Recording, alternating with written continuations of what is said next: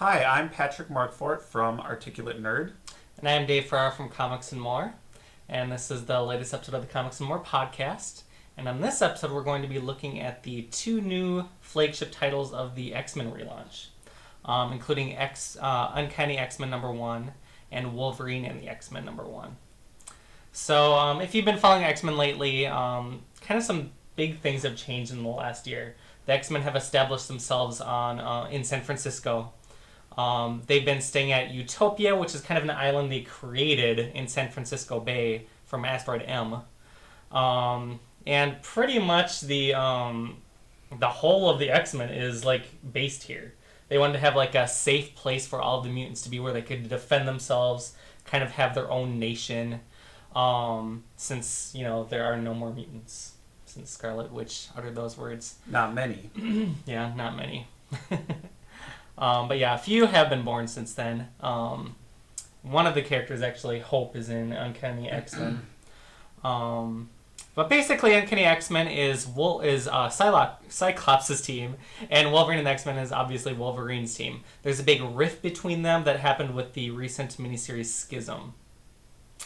And basically what happened is that Cyclops thinks that the world is too dangerous to have the luxury of just educating children and keeping them out of the way without the ability to defend themselves. Mm-hmm. He thinks that they should be trained, they should be out there like fighting and working with one another. Mm-hmm. Wolverine thinks that children should not be involved in that. They need to be taught. They should still be taught how to defend themselves, but they need the education like he used to have at Xavier's Institute for Higher Learning.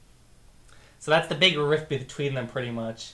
And Uncanny X-Men #1 relaunches with the same writer that was writing it before, Kieron Gillen, and Carlos Pacheco takes over writing duties from Greg Land. Now I'm not. I know a lot of people are Greg Land haters. I didn't really mind Greg Land's art so much. I know you really hate Greg Land's art. Well, I hate to say I hate Greg Land's art. I mean, I don't care for it. So I don't read his comic books. So it's not like I'm sitting there like, oh, I hate this Greg Land comic book. I just don't read them. Oh man, but Carlos Pacheco is easily a step up for the art in this title. I like her. But basically in Uncanny X-Men, Cyclops is still on Utopia. He has a smaller set of mutants because a lot of them went with Wolverine back to Massachusetts. But Cyclops is still leading on Utopia. What is happening right now is that he's establishing like kind of like a extinction team, so they can kind of like show. I guess I didn't really understand exactly what it was, I didn't really either. He just like if there's some kind of baddies going at them, they can show people that they are a formidable opponent. Kind of. It's like an alpha team. It's like the big strong guys, I guess. That's really, I think, what it comes down to. It's just like the big tough X-Men who aren't going to take any crap from anybody. Yeah. So that's Cyclops, Storm, Emma Frost, Magneto, Namor, Colossus, Hope, Danger, and Magic. And as they kind of point out in here, a lot of these characters have been villains in the past. Yeah, that was interesting. Raise your hand if you haven't been mostly a villain at one point. There are like only two of them maybe that could say that. So it's kind of an interesting mix of characters. Yeah, it is interesting. And I know recently they did point out when they actually split the teams up, Cyclops really wanted Storm for this team because he felt like if you're not here, look who's left. It's Magneto, Cyclops, Emma Frost. You know what I mean? And Cyclops has gotten to some very dark places lately. Colossus recently has acquired the Jewel of Sidorak or whatever it's called, so he's kind of like he's scary. Like in this actual one, he went to this point where he was almost possessed a little bit and was like he said to his sister open that portal before I rip you in half or something. Mm-hmm. So and Magic is kind of the scary one recently, so it's kind of interesting to see Colossus, who's usually been this pretty gentle giant throughout the X-Men's past. But basically, this is pretty much picking up where it left off with the last Uncanny X-Men. They're still in San Francisco. I'm sure there's still going to be some adversity with him in San Francisco and the mayor. And in the back of each of the issues, they have these like handy little guides too, which is kind of nice, that show like who's split off on which team right now. They have them in cute little character forms. Yeah. But you can also see like who how the other teams relate to. Yeah. Like you'll see like like all of the X-Men books have been split between these two. Right. So like there's a group of Wolverine books and like a group of Cyclops books. Yeah, the blue and yellow teams. Cyclops is the blue books. And yeah, it's kind of weird. It's a little confusing. There's just so many characters it can be a little unwieldy, I feel like. Especially if you haven't been reading it. Especially if you haven't been reading it. Me. I bet you don't even know who some of the characters are in this. Right. But yeah, Cyclops has divided up the mutants on Utopia for different duties. Like some people are like just doing patrols in San Francisco. Yeah. He does communicate with with Sword in Space, and they kind of let him know something that's happening with a Celestial in this book, who is also based in San Francisco. The Celestial, the sleeping Celestial. And the big villain that's coming into the story at this point is Mr. Sinister, and some weird stuff kind of goes down with him. I'm not a big fan of Mr. Sinister. I guess I haven't really read too much with him, but I know he's really into the genetic side of mutants. He's played around with people's DNA, I think, is his big thing. But yeah, for the most part, I mean, this was kind of a convoluted, I don't know, mess a little bit, I feel like. Like, I have been following the book up until it was relaunched, and I mean, I could even see that it was just a little too overwhelming. Like, I feel like they should have like concentrated a little bit more on, I don't know, just maybe even the core group of characters or something. Mm-hmm. I like the art, like I said before. The action, I think, was executed pretty well, although it still was a little unclear in some spots. Like, I don't know exactly what's happening with the Celestial in this one. But it was still nice to see, Namor and Emma Frost kick ass. There's this one cool scene with Emma Frost when she's in diamond form. And I don't know, like some things seemed a little weird in it too. I felt like some of the language that the characters use are just a little bit off from where they should be. I felt like it kind of more in Wolverine and the X-Men, actually. Like, I felt that was a little off too with some things that Kitty Pryde said. But I mean, I liked it. But yeah, it was a little too much, I feel like, for a first issue. Like, they should have just pared it down or something.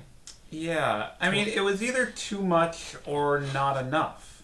I mean, like, here's the thing. Like, I mean, my first impression when I read it, like, I opened it up and it has the opening splash page has all the characters and it has their names. And literally my first reaction was like, oh, jeez. Like, you know what I mean? Like, I'm already, like, breaking a sweat here trying to keep track of all these characters. And these are characters you, for the most part, yeah, I mean, it's not like I don't know the X-Men. I mean, and I'm actually a great fan of, like, certain eras of the X-Men. Mm-hmm. But I've never been, like, a real fan that's followed the characters through different creative teams and incarnations. Mm-hmm. The X-Men have just never really been, in and of themselves, particularly appealing, although there's been some great individual runs on the book.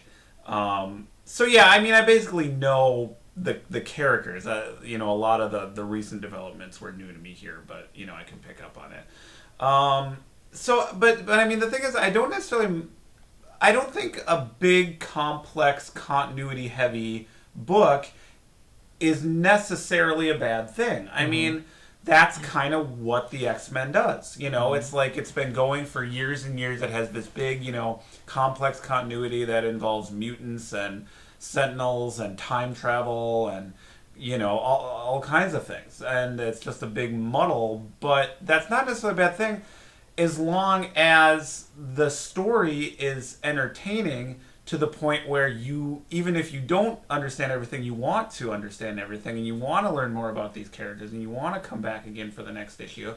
And I just felt like this was sort of a dull story. It was, yeah. And you know what I mean? Like, it's just like, I don't know. It's just, it didn't really seem like, Uncanny X-Men is one of the few, we've done so many of these shows on relaunches. This is like our third or fourth relaunch show, not counting the whole month of DC, where they start over a comic with a number one, and that's an old trick that the mainstream companies do all the time.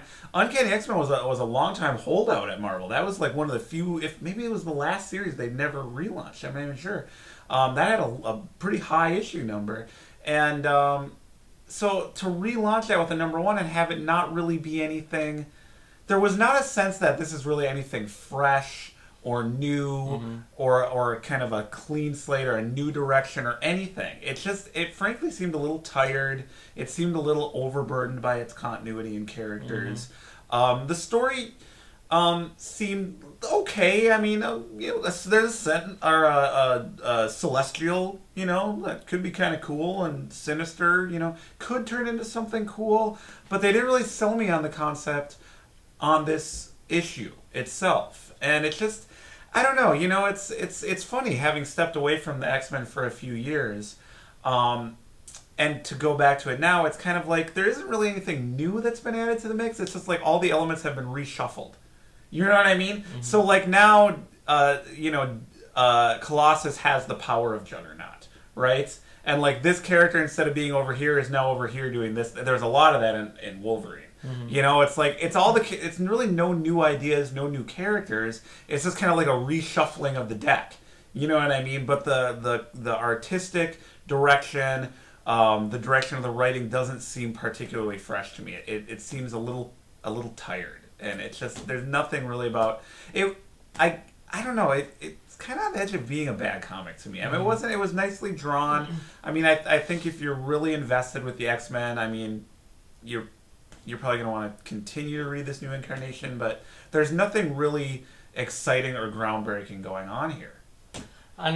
See, I thought that Kieron Gillen's other Uncanny X-Men books before this relaunch were actually really good. Okay. I feel like... That's weird. Yeah, I know.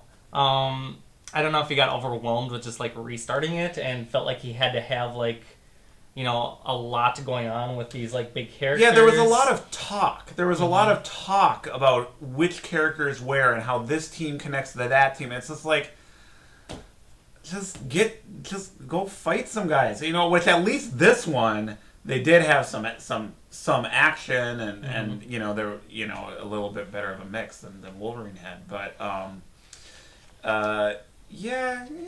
it's just kind of an X-Men comic. There is nothing really... exciting. Yeah, I felt like he should have like done something to just like reinvent them in San Francisco or something instead of just carrying on to kind of a lesser degree of what it was before. Or at least tell just a really great story out of the gate, so hopefully you're getting new readers who haven't been reading X-Men and they're like, oh wow, this is like put your best foot forward. You know what I mean? It just seemed like this was another issue of X-Men. Yeah. And when you think about all the other, X-Men have been relaunched in new directions multiple times, and Giant Size X-Men #1, way back in the day. I mean, obviously that was a huge departure from what had come before, and Grant Morrison's work with the X-Men, huge, creative, like, new direction there. Joss Whedon's run. This just seemed like there was really no reason to even do a new #1 issue. It was just an issue. Yeah, I feel like there wasn't a reason to do #1 for this one at all. This was probably like the case of it definitely being a gimmick. Yep.